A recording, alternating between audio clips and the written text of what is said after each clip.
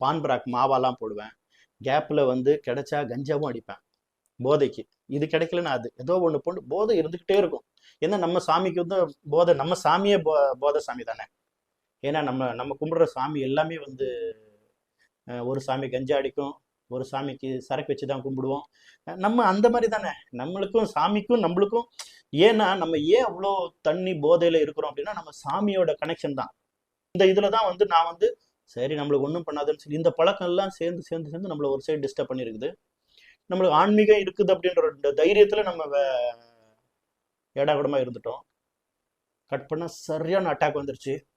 Doctor வந்து treatment பண்ணி ஒரு மாதிரி ஃபுல்லா ஓவர் டோஸ் மெடிசன் ஏற்றி அப்படியே மயக்கமாயிட்டு தூங்கியாச்சு. படுக்க வச்சுட்டாங்க நம்மள. காலையில் 5 மணிக்கு அப்படியே கண்ணு முழிச்சு பார்க்குறேன். ஐசியூ வார்டில் எல்லாமே பேஷண்ட்ஸ். நான் மட்டும் அப்படியே அப்படியே கண்ணை திறந்து பார்க்குறேன். நம்ம நிலைமை என்ன இப்படி ஆயிடுச்சு?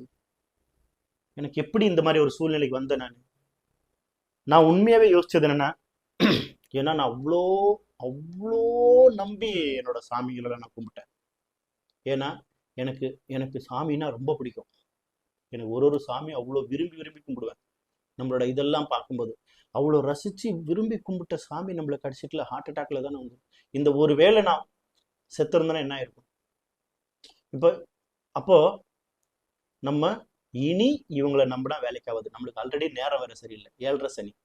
இந்த 7:30 சனிலேருந்து நம்ம தப்பிக்கணும்னா இங்கே காப்பாற்றுறதுக்கு இங்கே எந்த சாமியும் கிடையாது. நம்ம யார் காப்பாற்ற போகிறாங்க? எப்படி வாழ போகிறோம்?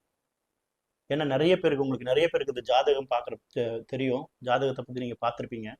இந்த ஜாதகத்தில் இந்த 7:30 சனி, அஷ்டமத்து சனி, இந்த மாதிரி. ஏன்னா நானும் ஜோசியம் கற்றுக்கிட்டேன்றதால அந்த மாதிரி டைம் வரும்போது நம்மளை காப்பாற்றவே எவனாலும் வரமாட்டாங்க. எந்த சாமியும் வராது. நம்ம சும்மா சொல்லுவோமே தவிர அங்கே போய் விளக்கேற்று இங்கே போய் விளக்கேற்று ஒரு விளக்கும் வேலை செய்யாது. நம்மளை செய்ன்னு செஞ்சிடும். அப்படிதான் என்னையே செஞ்சிருச்சு. கடைசியில் மரண தருவாயில கொண்டு வந்து விட்டுருச்சு. அப்போ நான் முடிவு பண்ணுறேன், யாரை பிடிச்சிக்கிறது? யார் நம்மளை காப்பாற்றுவோம்? இனி நான் சத்தியமாக இவங்களை யாரையுமே ஃபாலோ பண்ண போகிறதில்ல. யாராவது ஒருத்தரை ஃபாலோ பண்ணணும். அப்போ டக்குன்னு எனக்காக தான் தோணுது. எனக்கு யாருமே சொல்லலை இயேசுவை பிடிச்சிக்கலாமா? இயேசுவை பிடிச்சிக்கிட்டா அதில் நிறைய சிஸ்டம் வேறு இருக்குது. அதெல்லாம் ஃபாலோ பண்ண முடியுமா நம்மளால? எனக்கு கொஞ்சம் பேர் கிறிஸ்டியன்ஸ்லாம் எனக்கு ஃப்ரெண்டு, எனக்கு ரிலேஷன்லாம் இருக்காங்க. அவங்க பண்ணுற அட்டகாசெல்லாம் பார்க்கும்போது ஐயோ இது வேற நம்மளுக்கு அப்படின்னு பெரிய கன்ஃபியூஸ் இருந்துச்சு. சரி ஓகே, யார் என்ன இருந்தா என்ன? கடைசி கதவு. நம்ம வாழ்க்கையில் எல்லா கதவையும் தட்டிட்டோம். கிறிஸ்தவர்கள் எப்படி இருந்தால் நம்மளுக்கு என்ன? கிறிஸ்து நல்லவராக இருப்பார்ல, இயேசு ரொம்ப நல்லவராக தான் இருப்பார். அவர் எந்த பாவமும் அறியாது தானே. அவர் கண்டிப்பாக என்னை காப்பாற்றுவார். அப்போ நானா அப்படின்னு நானே இமேஜினேட் பண்ணிட்டு நானே தான் இமேஜினேட் பண்ணேன்.